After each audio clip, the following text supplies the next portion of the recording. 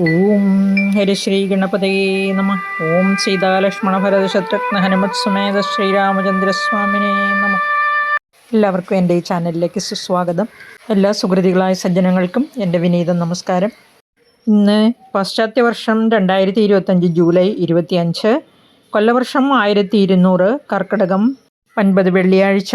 30 വെള്ളിയാഴ്ചയായതിനാൽ ഇന്നേ ദിവസം വ്രതം നോൽക്കുന്നതും ദേവീ പ്രീതികരമായ അർച്ചനകളും വഴിപാടുകളും നടത്തുന്നതും ദേവീ സ്തോത്രങ്ങളും കഥകളും കേൾക്കുന്നതും ജപിക്കുന്നതും വളരെ ഉത്തമം. താതവാക്യം കേട്ട് വനത്തിലേക്ക് പോയ ശ്രീരാമ ലക്ഷ്മണന്മാരും സീതാദേവിയും കാട്ടിലെത്തി ഒരു വൃക്ഷത്തണലിൽ കിടന്നുറങ്ങുന്നു. അവരെ അനുഗമിച്ച പൗരജനങ്ങളും തളർന്നുറങ്ങുന്ന കാഴ്ചയാണ് നാം കഴിഞ്ഞ ദിവസത്തെ കഥയിൽ കേട്ടത്. ഇനി ഇന്നത്തെ കഥ ശ്രവിക്കൂ. ശ്രീരാമൻ അയോധ്യയിലേക്ക് മടങ്ങി വരാതെ കാനനത്തിലേക്ക് പോവുകയാണെങ്കിൽ തങ്ങളും അവരെ അനുഗമിക്കും എന്നുള്ള തീരുമാനത്തിലാണ് പൗരജനങ്ങൾ അവിടെ കിടന്നുറങ്ങുന്നത്. ഇതറിഞ്ഞ ശ്രീരാമൻ, നേരം പുലർന്നാൽ ഇവരെന്നെ അയക്കില്ല, കാര്യവിഘ്നം വരുന്നത് ഏതും ശരിയല്ല, എല്ലാവരും നടന്നു തളർന്ന് ക്ഷീണിച്ച് ബോധം കെട്ടുറങ്ങുകയാണ്, ഇവർ ഉണരും മുമ്പേ ഇവിടെ നിന്നും പോകണം എന്ന് വിചാരിച്ച് അപ്രകാരം ചെയ്യുകയാണ്. ഈ ജനങ്ങൾ അവരെ പിന്തുടരാതിരിക്കാൻ വേണ്ടി അവർ അയോധ്യയിലേക്കുള്ള വഴിയെ കുറച്ചു ദൂരം നടന്നതിന് ശേഷം മറ്റൊരു മാർഗത്തിലൂടെ കാൽപ്പാടുകൾ പതിയാതിരിക്കാൻ ശ്രദ്ധിച്ച് എതിർദിശയിലേക്ക് കാനനത്തിലേക്ക് നടക്കുകയാണ്. പൗരജനങ്ങൾ ഉണർന്നെഴുന്നേൽക്കുമ്പോൾ ശ്രീരാമ സീതാലക്ഷ്മണന്മാരെ കാണാതെ വളരെയധികം സങ്കടപ്പെടുന്നു. അയോധ്യയിലേക്കുള്ള മാർഗത്തിൽ അവരുടെ കാൽപാദങ്ങൾ കണ്ട് അവർ 3 പേരും അയോധ്യയിലേക്ക് മടങ്ങിപ്പോയി കാണും എന്ന് വിചാരിച്ച് പൗരജനങ്ങൾ അയോധ്യയിലേക്കുള്ള വഴിയെ തന്നെ മടങ്ങുന്നു. അതേസമയം ശ്രീരാമ ലക്ഷ്മണന്മാർ സീതയോടുകൂടി കാനന മാർഗത്തിലൂടെ നടന്ന് ശൃംഗിവേരം എന്ന സ്ഥലത്ത് എത്തിച്ചേരുകയും അവിടെ ഒരു വൃക്ഷച്ചുവട്ടിൽ വിശ്രമിക്കുകയും ചെയ്യുന്നു.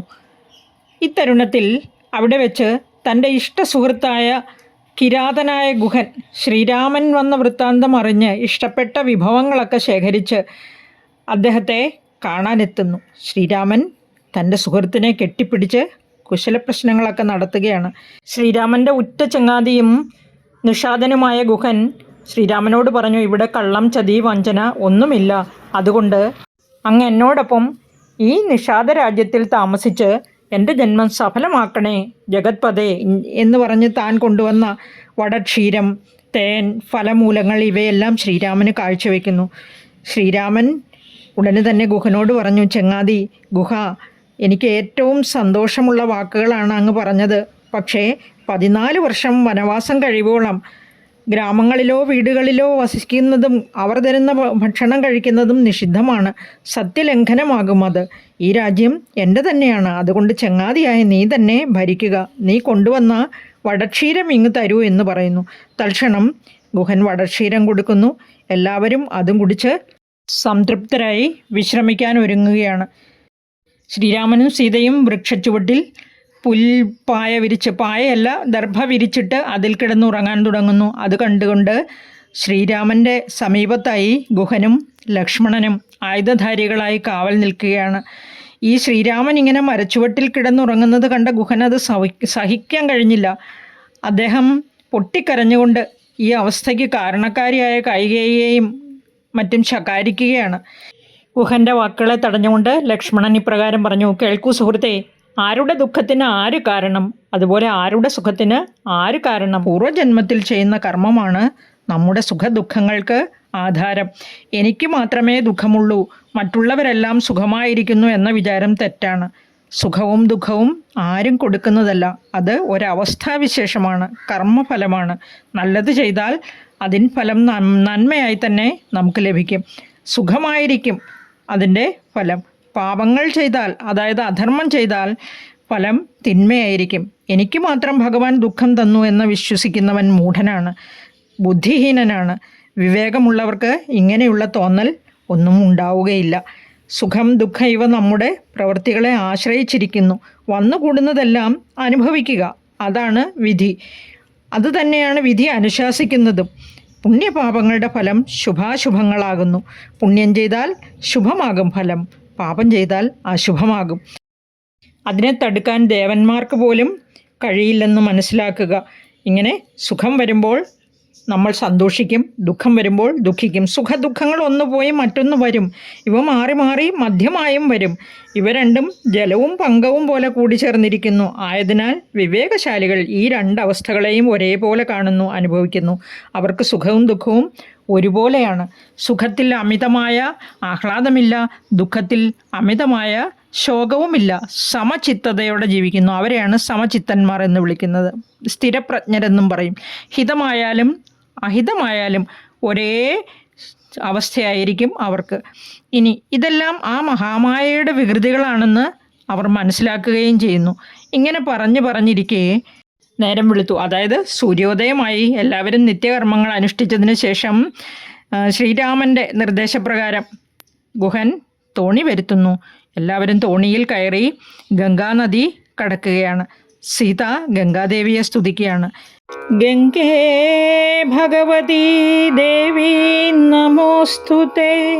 സംഗേന ശംഭുതൻ മൗലിയിൽ വാഴുന്ന സുന്ദരി ഹൈമവതി നമസ്തേ നമോ. മന്ദാകിനി ദേവി ഗംഗേ നമോസ്തുതേ. ഞങ്ങൾ വനവാസവും കഴിഞ്ഞാതരാൽ ഇങ്ങു വന്നാൽ ബലിപൂജകൾ നൽകുവൻ. രക്ഷിച്ചു കൊള്ളുക നീ ആപത്തുകൂടാതെ ദക്ഷാരി വല്ലഭേ ഗംഗേ നമോസ്തുതേ. എല്ലാവരും തോണിയിൽ മറുകര എത്തുകയാണ്. ഗുഹൻ രാമനെ അനുഗമിക്കാൻ അനുവദിക്കണമെന്ന് അപേക്ഷിക്കുന്നു. അനുവദിച്ചില്ലെങ്കിൽ പ്രാണൻ ത്യജിച്ചിടുവൻ ഞാൻ യണാംഗബിംബാനന ജഗദീപതേ എന്ന് കരഞ്ഞു പറയുകയാണ്. 14 വർഷങ്ങൾ വനത്തിൽ വസിച്ചതിന് ശേഷം ഞങ്ങൾ മടങ്ങി വരും. ചങ്ങാതി, നീ സസുഖം ഇവിടെ വസിച്ചാലും ഞങ്ങളെ ഓർത്ത് ദുഃഖിക്കുകയേ വേണ്ട. ഇങ്ങനെ പറഞ്ഞ് സമാധാനിപ്പിച്ച് അവർ മടങ്ങുന്നു. ഗുഹനെ ഗംഗയുടെ ഇങ്ങേക്കരയ്ക്ക് തിരികെ അയക്കുകയാണ്, നൈഷാദത്തിലേക്ക് തന്നെ. ഗുഹൻ ശ്രീരാമനെ സാഷ്ടാംഗം നമസ്കരിച്ച് പ്രദക്ഷിണം വച്ച് തോണിയിൽ കയറി തിരിച്ചു പോവുകയാണ്. ഈ 9-ാം ദിവസത്തെ കഥയിൽ ഒരുപാട് പ്രത്യേകതകളുണ്ട് അല്ലേ? ഇന്നലെ പറഞ്ഞ കഥയിൽ പൗരജനങ്ങളെല്ലാം ശ്രീരാമനെയും സീതയെയും ലക്ഷ്മണനെയും കാനനത്തിലേക്ക് അനുഗമിക്കുന്നു. അവരോടുള്ള സ്നേഹാധിക്യം നിമിത്തം അവരെ കഷ്ടപ്പെടുത്തണ്ട എന്ന് വിചാരിച്ച് ഉറങ്ങിക്കിടക്കുന്ന പൗരജനങ്ങളെ ഉണർത്താതെ ശ്രീരാമനും സീതാദേവിയും ലക്ഷ്മണനും കാനനത്തിലേക്ക് തിരിക്കുന്നു. അവിടെ പ്രജാവത്സലനായ രാജാവിനെ കാണാം. അതുപോലെ ആ പ്രജകൾക്ക് രാജകുമാരനോടുള്ള അളവറ്റ സ്നേഹവും നമുക്ക് കാണാം. ഇവിടെ കാനനത്തിൽ എത്തിക്കഴിഞ്ഞാണെങ്കിലോ ഗുഹന് ആ ചങ്ങാതിയോടുള്ള സ്നേഹം, അവിടെയൊന്നും സ്വാർത്ഥതയില്ല. ആ സ്വാർത്ഥലേശമില്ലാത്ത സ്നേഹമാണ് നമുക്ക് കാണാൻ കഴിയുന്നത്. അതുപോലെ രാത്രിയിൽ ശ്രീരാമന്മാർ വിശ്രമിക്കുമ്പോൾ അവർക്ക് ആയുധധാരിയായി കാവൽ നിൽക്കുന്ന ലക്ഷ്മണനെ നമുക്ക് കാണാൻ സാധിക്കും. അവിടെ സ്വാർത്ഥലേശമില്ലാത്ത സഹോദര സ്നേഹമാണ് കാണാൻ കഴിയുന്നത്. സുമിത്ര ഉപദേശിച്ചതനുസരിച്ച് ജ്യേഷ്ഠനെ തൻ്റെ പിതാവിൻ്റെ സ്ഥാനത്തും ജ്യേഷ്ഠത്തിയെ തൻ്റെ മാതാവായ സുമിത്രയുടെ സ്ഥാനത്തുമാണ് ലക്ഷ്മണൻ കാണുന്നത്. അതുകൊണ്ട് തന്നെ അവർ വിശ്രമിക്കുമ്പോൾ ആയുധധാരിയായി കാവൽ നിൽക്കുന്നു. അവിടെ ഒരു മകൻ്റെ ധർമ്മം, അഗ്രജനായ ജ്യേഷ്ഠനെ പിതാവിനെ പോലെ കാണുന്ന ഒരു പുത്രധർമ്മം, ഇതെല്ലാം നമുക്ക് ഇതുപോലെ, അതായത് വ്യക്തിബന്ധങ്ങളുടെ പവിത്രത നമുക്ക് കാണാൻ കഴിയും ഈ രാമായണത്തിൻ്റെ ഈ ഭാഗത്ത്. ലക്ഷ്മണൻ ഗുഹന് കൊടുക്കുന്ന ഉപദേശത്തിലൂടെ നമുക്ക് മനസ്സിലാക്കാം, സുഖദുഃഖങ്ങളൊന്നും സ്ഥിരമല്ല, എല്ലാം അസ്ഥിരമാണ്. ഇത് മാറി മറിഞ്ഞ് നമ്മെ പിന്തുടർന്നുകൊണ്ടേയിരിക്കും. സത്കർമ്മങ്ങൾ അനുഷ്ഠിക്കാനുള്ള ഒരു സന്ദേശമാണ് നമുക്കിവിടെ നിന്നും ലഭിക്കുന്നത് അല്ലേ? അങ്ങനെ ഈ ലക്ഷ്മണോപദേശത്തിലും ഇതൊക്കെ തന്നെയാണ് നാം കണ്ടത്. ക്രോധിച്ച് നിൽക്കുന്ന ലക്ഷ്മണനെ ശാന്തനാക്കാനായിട്ട് ജ്യേഷ്ഠനായ ശ്രീരാമൻ എത്ര സംയമനത്തോടെയാണ് ഉപദേശിക്കുന്നത്. ആ ജീവൻ്റെ ക്ഷണികതയെക്കുറിച്ചും മറ്റും ദേഹത്തിൻ്റെ നശ്വരത, ഇതെല്ലാം നാം കണ്ടു കേട്ടു. അങ്ങനെ 1-ാം ദിവസം പറഞ്ഞിരുന്നു, കഴിയുമെങ്കിൽ കുട്ടികളെ കൊണ്ട് രാമായണം പാരായണം ചെയ്യിക്കണമെന്ന്. അവരെ നല്ല കഥകൾ കേൾക്കാനും വായിക്കാനും പ്രലോഭിപ്പിക്കണം, പ്രേരിപ്പിക്കണം. ചില കുട്ടികൾ വലിയ ബുക്ക് കാണുമ്പോഴേ ഭയന്നു പോവും. പിന്നെ അവർക്ക് കഥ വായിക്കാൻ എല്ലാവർക്കും തന്നെ, ഒരുവിധം എല്ലാ കുട്ടികൾക്കും കഥകൾ കേൾക്കുന്നതും വായിക്കുന്നതും എല്ലാം ഇഷ്ടമാണ്. അത് ആകർഷകങ്ങളായ ചിത്രപുസ്തകങ്ങളായാൽ വളരെ നന്ന്. കുട്ടികൾക്കും വളരെ ടൈറ്റ് ഷെഡ്യൂളുള്ള സമയമാണ്. സ്കൂൾ തുറന്നു, സ്കൂളിൽ പോകുന്ന കുട്ടികൾക്കൊക്കെ ഇപ്പോൾ പരീക്ഷക്കാലമാണ്. Periodical test തുടങ്ങിക്കഴിഞ്ഞിട്ടുണ്ടാവും. ഏതായാലും രാമായണത്തിലെ മൂല്യങ്ങളെല്ലാം തന്നെ സമയനഷ്ടമില്ലാതെ കുട്ടികളിലേക്ക് എത്തിക്കാൻ ശ്രമിക്കുന്നത് നന്നായിരിക്കും. ശ്രീരാമൻ ഉത്തമനായ മകനായിരുന്നു, മാതൃകാ സഹോദരനായിരുന്നു, ഒരു മാതൃകാ ഭർത്താവായിരുന്നു. ശ്രീരാമചന്ദ്രൻ മര്യാദാ പുരുഷോത്തമനാണ്, പുരുഷന്മാരിൽ ഉത്തമൻ, അതാണ് പുരുഷോത്തമൻ. ആ ശ്രീരാമൻ്റെ കഥയാണ് നാം കേട്ടുകൊണ്ടിരിക്കുന്നത്. ശൃംഗിവേരത്തിൽ നിന്നും യാത്ര തുടർന്ന് ഗുഹന യാത്ര അയച്ചതിന് ശേഷം അവർ നടക്കുകയാണ്. വഴിമധ്യേ ഒരു മൃഗത്തെ കൊന്ന് അവരെല്ലാവരും കൂടി പങ്കിട്ട് ഭക്ഷിക്കുന്നു. ചിലർക്കെങ്കിലും സംശയം ഉണ്ടാവും, നോൺ വെജ് കഴിക്കുമോ, മൃഗങ്ങളെ കൊല്ലാമോ, അധർമ്മമല്ലേ, ഇങ്ങനെയൊക്കെ സംശയം തോന്നുന്നവരുണ്ട്. വിശപ്പിന് വേണ്ടി മൃഗങ്ങളെ, അതായത് വിശപ്പ് അകറ്റാൻ വേണ്ടി മൃഗങ്ങളെ കൊല്ലുന്നതിൽ ഒരു പാപവുമില്ല എന്നാണ്. അതുകൊണ്ട് നമുക്കത് അങ്ങനെ തന്നെ മനസ്സിലാക്കാം. നിങ്ങളിങ്ങനെ കേട്ടിട്ടുണ്ടാവും, കൊന്നാൽ പാപം തിന്നാൽ തീരുമെന്ന്. അവർ ഭക്ഷണം കഴിച്ചതിന് ശേഷം ഇലകളൊക്കെ ഒടിച്ചെടുത്ത് വൃക്ഷത്തിൻ്റെ ചുവട്ടിൽ മെത്തയുണ്ടാക്കി സീതാദേവിയും ശ്രീരാമനും ഉറങ്ങുന്നു. ലക്ഷ്മണൻ പതിവ് പോലെ ആയുധങ്ങളുമായി കാവൽ നിൽക്കുന്നു. പിറ്റേന്ന് സൂര്യോദയത്തിൽ എഴുന്നേറ്റ് നിത്യകർമ്മങ്ങളെല്ലാം അനുഷ്ഠിച്ചതിന് ശേഷം അവർ വാൽമീകി ശിഷ്യനായ ഭരദ്വാജ മുനിയുടെ ആശ്രമത്തിലെത്തുന്നു. സപ്തർഷികളിൽ ഒരു ഋഷിയാണ് ഈ ഭരദ്വാജ മുനി. അദ്ദേഹം അർഘ്യപാദ്യാദികളാൽ ഉപചരിച്ച് സൽക്കരിക്കുന്നു. ശ്രീരാമ സീതാ വൃത്താന്തങ്ങളെല്ലാം ജ്ഞാനദൃഷ്ട്യാ കണ്ടറിഞ്ഞ മുനി അവരെ ആശീർവദിക്കുകയാണ്. രാത്രി അവിടെ തങ്ങിയതിന് ശേഷം പിറ്റേ ദിവസം രാവിലെ എഴുന്നേറ്റ് നിത്യകർമ്മങ്ങളൊക്കെ അനുഷ്ഠിച്ചതിന് ശേഷം വാൽമീകിയുടെ ആശ്രമത്തിലേക്ക് അവർ യാത്ര തിരിക്കുന്നു. താപസശ്രേഷ്ഠനായ ഭരദ്വാജ മുനിയുടെ ശിഷ്യന്മാർ നിർദ്ദേശിച്ച വഴിയിലൂടെ കാളിന്തി നദി കടന്ന് അവർ മനോഹരമായ ചിത്രകൂടാചലത്തിലെത്തുകയാണ്. എല്ലാവരെയും വാൽമീകി മഹർഷി സ്വീകരിക്കുന്നു. ആനന്ദ ബാഷ്പത്തോടെ വാൽമീകി ശ്രീരാമനെ കെട്ടിപ്പിടിച്ച് ചുംബിക്കുകയാണ്. അവർക്ക് ആഹാരപാനീയങ്ങളൊക്കെ കൊടുത്ത് സൽക്കരിച്ച ശേഷം അവർ ആസനസ്ഥരാകുന്നു. മഹർഷിയെ വന്ദിച്ചതിന് ശേഷം ശ്രീരാമൻ മഹർഷിയോട് തനിക്ക് അനുജനോടും സീതാദേവിയോടും കൂടി സ്വസ്ഥമായി താമസിക്കാൻ ഒരു സ്ഥലം കാണിച്ചു തരാൻ അപേക്ഷിക്കുകയാണ്. മഹർഷി ഉടനെ ഇപ്രകാരം പറഞ്ഞു: സർവ്വലോകങ്ങളിലും നിറഞ്ഞു നിൽക്കുന്ന ഭഗവാനെ, ഈ 14 ലോകങ്ങളും അങ്ങയിൽ അടങ്ങിയിരിക്കുന്നു.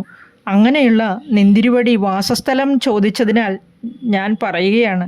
ശാന്തരായി സമാധാനത്തോടെ സന്തോഷത്തോടെ ദ്വേഷചിന്തകളൊന്നുമില്ലാതെ സമചിത്തതയോടെ സമഭാവനയോടെ അങ്ങയെ ഭജിക്കുന്നവരുടെ മനസ്സാണ് അവിടുത്തെ സുഖവാസ മന്ദിരം.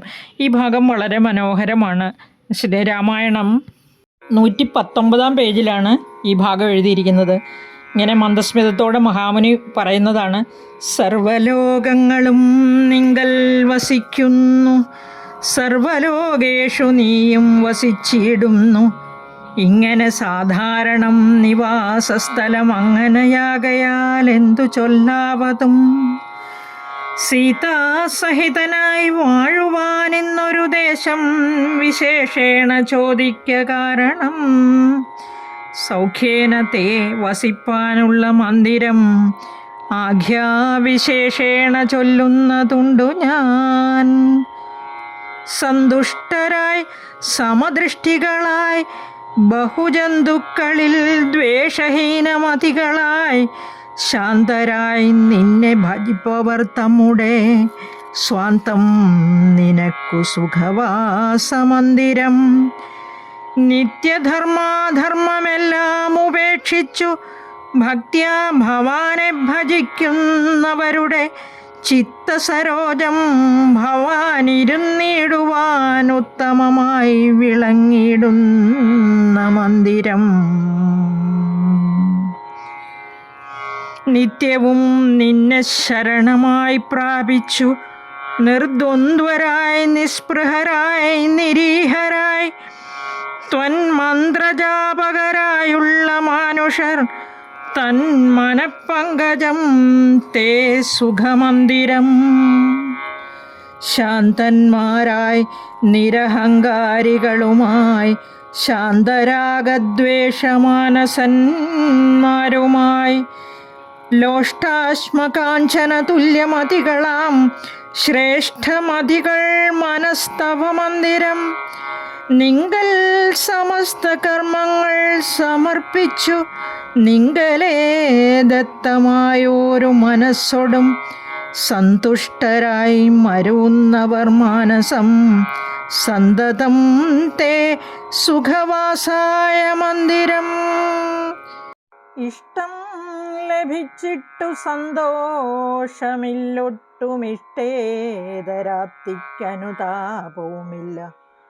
സർവവും മായേതി നിശ്ചിത്യ വാഴുന്ന ദിവ്യമനസ്തവവാസായ മന്ദിരം.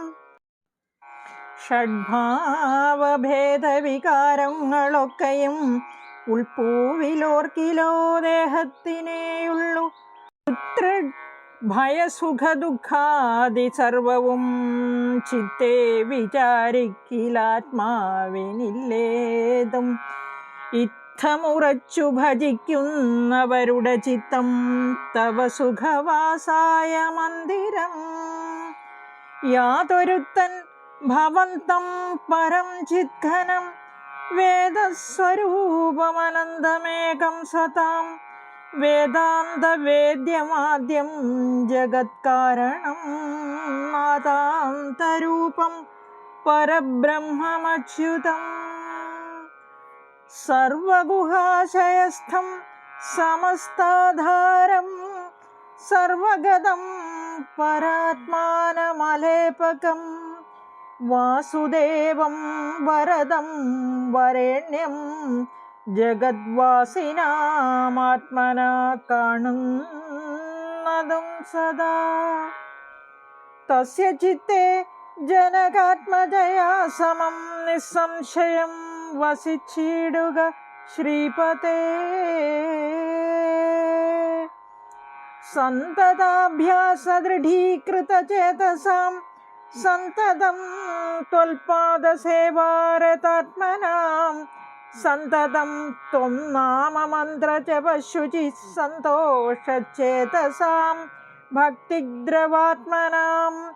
അന്തർഗതനായി വസിക്ക നീ സീതയാ ചിന്തിത ചിന്താമണേ ദയാവാരിധേ. എവിടെയൊക്കെയാണ് ഭഗവാൻ വസിക്കാൻ ഇഷ്ടമുള്ളത്, എവിടെയാണ് അവിടുത്തെ മന്ദിരങ്ങൾ എന്നാണ് പറഞ്ഞത്. നിത്യം അവിടുത്തെ ശരണം പ്രാപിക്കുന്ന, അവിടുന്ന് മാത്രം ശരണം എന്ന് വിചാരിക്കുന്ന, മറ്റുള്ളവരുടെ ഉയർച്ചയിൽ അസൂയയില്ലാത്തവരായ, ഒന്നിലും ആസക്തിയില്ലാത്തവരായ, അവിടുത്തെ നാമം എപ്പോഴും ജപിക്കുന്നവരായ ഉത്തമന്മാരുടെ മനസ്സുകളാണ് അവിടുത്തെ സുഖവാസ മന്ദിരം എന്ന് ആദ്യം പറഞ്ഞു. പിന്നീട് പറയുന്നത് ശ്രദ്ധിക്കൂ. അഹങ്കാരമില്ലാത്തവരായ, സ്നേഹസമ്പന്നരായ, വിദ്വേഷ ചിന്തകളില്ലാത്തവരായ, ലോഷ്ടാശ്മകാഞ്ചന തുല്യമതികളാം, അതായത് സ്വർണം, മൺകട്ട, കല്ല് ഇവയെല്ലാം ഒരേപോലെ കാണുന്നവർ, അതായത് സ്വർണം പോലും മൺകട്ടയ്ക്ക് സമമായി കരുതുന്നവർ. നമുക്കൊക്കെ അങ്ങനെ കരുതാൻ പറ്റുമോ? അങ്ങനെയുള്ള ശ്രേഷ്ഠന്മാരുടെ മനസ്സുകളാണ് അവിടുത്തേക്ക് സുഖവാസ മന്ദിരം. മനസാ വാചാ കർമ്മണ ചെയ്യുന്ന സമസ്ത കർമ്മങ്ങളും അവിടുത്തെ തൃപ്പാദങ്ങളിൽ സമർപ്പിച്ച് അവിടുത്തെ ആ ചിത് സ്വരൂപം മാത്രം മനസ്സിൽ നിരൂപിച്ച് സന്തുഷ്ടരായി വാഴുന്നവരുടെ മനസ്സുകളാണ് അവിടുത്തെ സുഖവാസ മന്ദിരം. അവിടുത്തേക്ക് പ്രിയങ്കരങ്ങളായത് മാത്രം ചെയ്യുന്നവർ. അടുത്തതായി സന്തോഷത്തിലും സന്താപത്തിലും അമിത ആഹ്ലാദമോ അമിത ദുഃഖമോ ഇല്ലാത്തവർ, അതായത് ആഗ്രഹിച്ച വസ്തുക്കളെല്ലാം അനുഭവയോഗ്യമായിട്ടും അമിതമായ സന്തോഷമില്ലാത്തവർ. ഇനി ആഗ്രഹിച്ച വസ്തുക്കൾ കിട്ടിയില്ലെങ്കിലോ ദുഃഖവുമില്ല, നിരാശയുമില്ലാത്തവർ. ഇനി അനിഷ്ടം സംഭവിച്ചാൽ അതിൽ ദുഃഖമില്ലാത്തവർ. എല്ലാം ദൈവഹിതം, അവിടുത്തെ മായാലീലകളെന്ന് വിചാരിച്ച് സന്തുഷ്ടരായി വാഴുന്നവരുടെ ദിവ്യമായ മനസ്സുകൾ അവിടുത്തെ സുഖവാസ മന്ദിരം. സുഖം, ദുഃഖം, വിശപ്പ്, ദാഹം ഇതെല്ലാം ശരീരത്തിനേയുള്ളൂ. ഭഗവാൻ വിലസുന്ന, ഭഗവാന്റെ ഇരിപ്പിടമായ, ഭഗവാൻ വസിക്കുന്ന മനസ്സിൽ, അതായത് ആത്മാവിനെ ബാധിക്കില്ല എന്ന് പറഞ്ഞിരിക്കുന്നു. അങ്ങനെ എല്ലാം നിങ്കൽ സമർപ്പിച്ച് ജീവിക്കുന്നവരുടെ മനസ്സുകളാണ് അവിടുത്തെ സുഖവാസ മന്ദിരം. യാതൊരുവൻ അങ്ങയെ പരബ്രഹ്മസ്വരൂപനായി, ചിദാനന്ദ സ്വരൂപനായി, പരമപുരുഷനായിട്ട്, വേദാന്തവേദ്യനായി, വേദാന്തങ്ങളാൽ അറിയപ്പെടുന്നവനായി, പ്രണവസ്വരൂപനായിട്ട്, അതായത് നാദാന്തമാണ് പ്രണവസ്വരൂപം, ആ ഓങ്കാരസ്വരൂപനായി, അച്യുതനായി, ച്യുതിയില്ലാത്തവനാണ് അച്യുതൻ, നാശമില്ലാത്തവൻ, സർവഭക്തന്മാരുടെയും ഹൃദയമാകുന്നു. ആ ഗുഹയിൽ വസിച്ച് തേജോമയനായി പ്രകാശം ചൊരിയുന്ന, മനസ്സിനെ പ്രകാശിപ്പിക്കുന്ന, അതായത് ജ്യോതിസ്വരൂപമായി വിളങ്ങുന്ന, ആ എല്ലാ ചരാചരങ്ങൾക്കും ആധാരമായ, എല്ലായിടത്തും വിളങ്ങുന്നതായ, ഒന്നിനോടും പ്രത്യേകം മമതയോടെ പറ്റിച്ചേരാത്തതായ, വരദനായ, ശ്രേഷ്ഠനായ, ജഗത്വാസികളുടെ ആത്മാവായി കാണപ്പെടുന്നവനായ, വാസുദേവനായ, എല്ലായ്പ്പോഴും സീതാസമേതനായി അവിടുന്ന് ആരുടെയെല്ലാം മനസ്സിൽ വിളങ്ങുന്നുവോ ആ മനസ്സുകളാണ് അവിടുത്തെ സുഖവാസ മന്ദിരം. അങ്ങനെ നിരന്തര അഭ്യാസം, അതായത് യോഗാഭ്യാസം കൊണ്ട് ദൃഢചിത്തരായവരുടെ, അവിടുത്തെ പാദാരവിന്ദങ്ങൾ സേവിച്ചു കഴിയുന്നതിൽ തൽപരരായവരുടെ മനസ്സുകളിൽ അവിടുത്തെ നാമമന്ത്രം ജപിച്ച് ശുദ്ധമാക്കപ്പെട്ട മനസ്സോടെ ആ ഭക്തിയിൽ മുഴുകി ജീവിക്കുന്നവരുടെ മനസ്സുകളിൽ ഇനി സീതാദേവിയോട് കൂടി വസിച്ചാലും ദയാവാരിധേ എന്ന് വാൽമീകി മഹർഷി പറയുകയാണ്. നമുക്കിനി അടുത്ത ഭാഗം വാൽമീകിയുടെ ആത്മകഥയാണ്. അത് എല്ലാവർക്കും തന്നെ കേട്ട് പരിചയമുള്ള കഥയാണ്. എന്നിരുന്നാലും 10-ാം ദിവസത്തെ കഥ കേൾക്കാനായി എല്ലാവരും കാത്തിരിക്കൂ. നന്ദി, നമസ്കാരം, ശുഭദിനം നേരുന്നു. നിങ്ങളുടെ ഇന്നത്തെ ദിവസം സന്തോഷവും സമാധാനവും ഐശ്വര്യവും നിറഞ്ഞതാകട്ടെ എന്ന് ആശംസിക്കുന്നു. ആദ്യമായി കാണുന്നവർ ദയവായി സബ്സ്ക്രൈബ് ചെയ്യുക, ഷെയർ ചെയ്യുക, കമൻറ്റ് ചെയ്യുക. എല്ലാവരെയും സർവശക്തനായ ഭഗവാൻ അനുഗ്രഹിക്കട്ടെ എന്ന് ആത്മാർത്ഥമായി പ്രാർത്ഥിച്ചുകൊണ്ട് ഇന്നത്തെ കഥാഭാഗം ഇവിടെ നിർത്തുന്നു. നന്ദി ഒരിക്കൽ കൂടി.